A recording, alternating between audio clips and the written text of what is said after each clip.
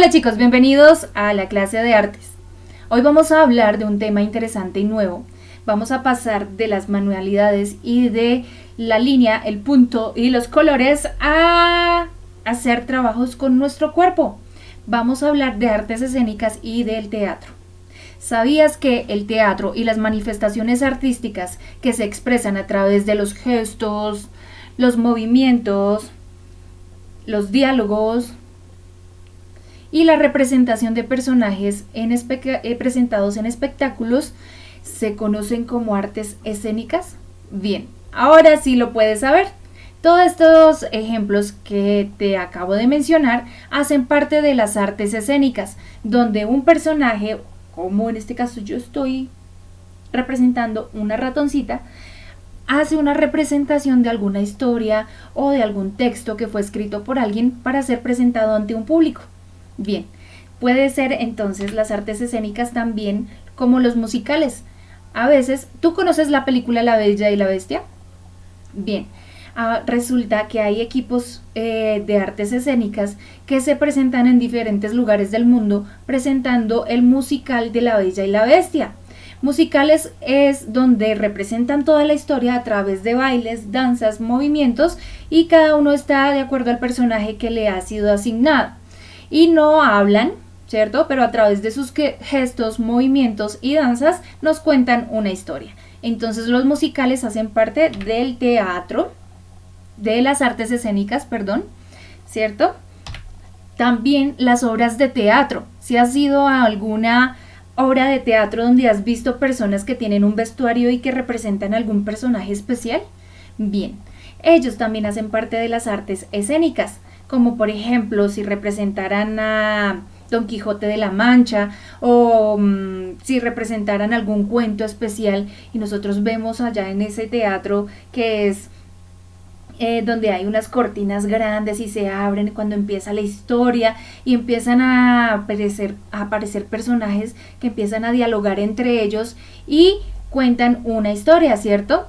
Y también eso hace parte de las artes escénicas. ¿Alguna vez has ido también a centros comerciales, a de pronto algún lugar donde has encontrado mimos que hacen espectáculos o shows? Ellos también hacen parte de las artes escénicas porque utilizan su cuerpo, su expresión corporal para poder contar historias, para hacer reír o para hacer un show especial. Listos. Entonces, podemos encontrar diferentes eventos donde hablan o no hablan, donde escuchan música, donde también hacen bailes, ¿cierto? O donde no hablan, como el caso de los mimos. Ellos no hablan, pero con sus gestos comunican. Eso es lo importante. Entonces, en las artes escénicas es muy importante el lenguaje corporal, ¿cierto? El lenguaje verbal y también poder tener la capacidad de representar un personaje. ¿Cómo lo hacen? Bueno, ellos tienen una preparación en el que les enseñan a que cada parte de su cuerpo, sus gestos, dan un mensaje al espectador. Es un entrenamiento profesional genial que ustedes desde pequeños pueden también aprenderlos. También existen academias de teatro para niños o en los colegios. Lamentablemente este año por la pandemia pues no pudimos estar en el colegio para hacer diferentes ejercicios de representación, pero yo te voy a dejar unos para que hagas en casa y nos puedas compartir. Bien, también te cuento que en las artes escénicas se habla de la representación teatral.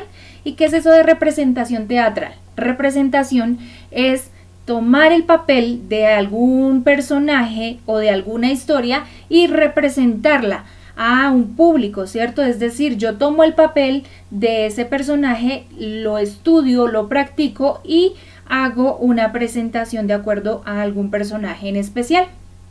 La representación consta de dos elementos: actores, que son quienes hacen la representación, y un público, que es quien va a observar esa presentación, quien se va a impactar o quien se va a dejar impresionar por eso que presenten, ¿cierto? Siempre va a haber una reacción de ese público, puede ser felicidad, ¿cierto? De acuerdo a las escenas que estén presentando. Bien, ahora recuerda que estas representaciones teatrales puedes encontrarlas donde hay luces, ¿cierto? Las luces también son muy importantes porque de acuerdo a la escena que estén presentando pueden ayudar a acompañar a los personajes y a dar una sensación al espectador más llamativa. Por ejemplo, a veces vemos luces azules en una escena de tristeza o amarillas en algo de felicidad, ¿cierto? O representación de un día. El azul también en representación de una noche, de un atardecer. O el color verde cuando está una escena de susto o de suspenso. Todos estos elementos ayudan a que la representación sea más genial.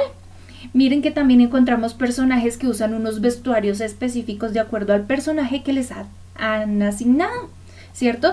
¿Y ellos qué representan? Ellos representan una historia o un texto dramatúrgico que fue creado por alguien, en este caso la mayoría de veces por los directores de teatro, y ellos aprenden ese texto, esos guiones, se les dice, y luego ellos de memoria los representan y los tienen que representar de acuerdo al personaje que les haya sido asignado.